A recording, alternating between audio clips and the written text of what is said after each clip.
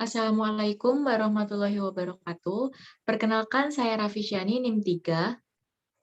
Perkenalkan, saya Yosifindi Amalia, NIM 19. Perkenalkan, saya Nina Pasuma, NIM 25. Dan perkenalkan, nama saya Preta Abralia Ayu Pratiwi, NIM 35. Perkenalkan, nama saya Aneta Fania Siningtia Syahrinal, NIM 49. Pada kesempatan kali ini, kami akan menjelaskan sinopsis film A Beautiful Mind beserta game teori yang ada di dalamnya. Dimulai dari saya, film A Beautiful Mind mengisahkan seorang matematikawan John Nash yang diperankan oleh Russell Crowe, peraih Nobel dalam bidang ilmu ekonomi pada tahun 1994. Jonas adalah seorang matematikawan jenius, tapi tak simpatik dan agak apatis. Dimulai tahun 1947 ketika Jonas bersekolah di perguruan tinggi Princeton dengan mendapatkan beasiswa Cambridge, Jonas merupakan mahasiswa yang unik. Dia tidak menyukai bangku perkuliahan dan suka membolos. Karena menurutnya berkuliah hanya membuang waktu saja dan mengekang kreativitas seseorang. Menurutnya juga hal itu hanya membuat otak menjadi lebih tumpul. Jonas lebih suka belajar secara otodidak, memahami dan memecahkan dinamika pergerakan natural melalui pemikirannya sendiri yang sangat kreatif.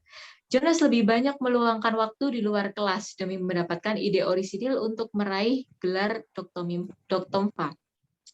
Akhirnya dia berhasil diterima pusat penelitian bergengsi Wheeler Defense Lab di MIT.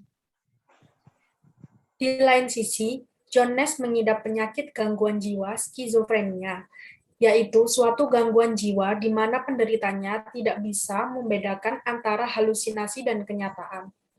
Sebenarnya penyakit tersebut sudah dideritanya sejak dia berada di Princeton, namun semakin parah ketika John mengajar di MIT. Hidup John mulai berubah ketika diminta Pentagon memecahkan kode rahasia yang dikirim oleh tentara Soviet. Di sana, John Nash bertemu agen rahasia William Parker. Dari agen rahasia tersebut, ia diberi pekerjaan sebagai mata-mata. Pekerjaan barunya ini membuat John Nash terobsesi sampai ia lupa waktu dan hidup di dunianya sendiri. Game teori adalah cabang matematika terapan yang sering dipakai dalam analisis ekonomi. Teori ini mempelajari interaksi strategis antar pemain. Game teori menganalisis interaksi sosial manusia menggunakan suatu model strategi permainan.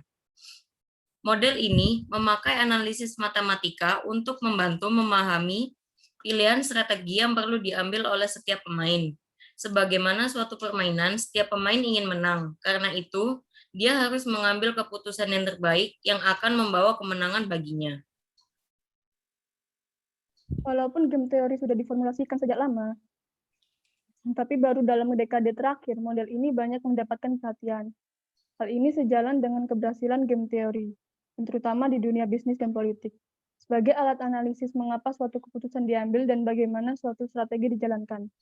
Hal lain yang membuat game teori makin populer adalah keberhasilan para tokoh-tokohnya dalam memenangkan Nobel dalam bidang ekonomi, seperti John Nash, pemenang tahun 1994, Thomas C. Schelling, dan Robert J. Aumann, pemenang Nobel tahun 2005, serta Leonid Horvitz, Eric Maskin, dan Roger Merson, pemenang Nobel tahun 2007. Mereka dianggap sebagai tokoh yang membuat terobosan baru dalam menggunakan dan mengembangkan teori dalam analisis ekonomi. Keseimbangan Nash pada prinsipnya, konsep game teori kurang lebih sama dengan film Beautiful Mind, yang merupakan salah satu film terbaik. Dalam film tersebut, Jonas menemukan idenya saat ia tertarik pada seorang gadis di sebuah kafe.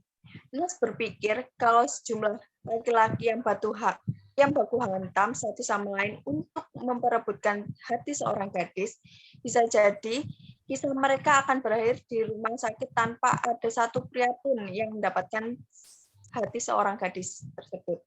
Oleh karenanya, menurut John Nash, masing-masing pria akan menjalankan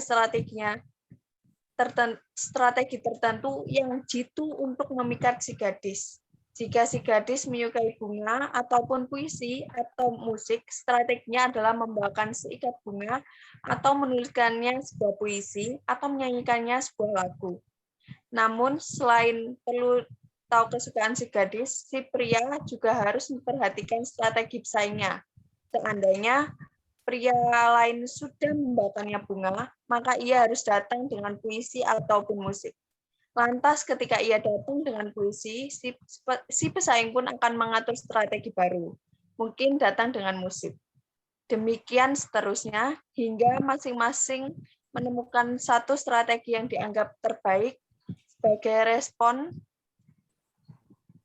strategi yang dijalankan oleh orang lain. Kondisi ini ada di dalam teori ekonomi, sehingga dikenal dengan keseimbangan mass.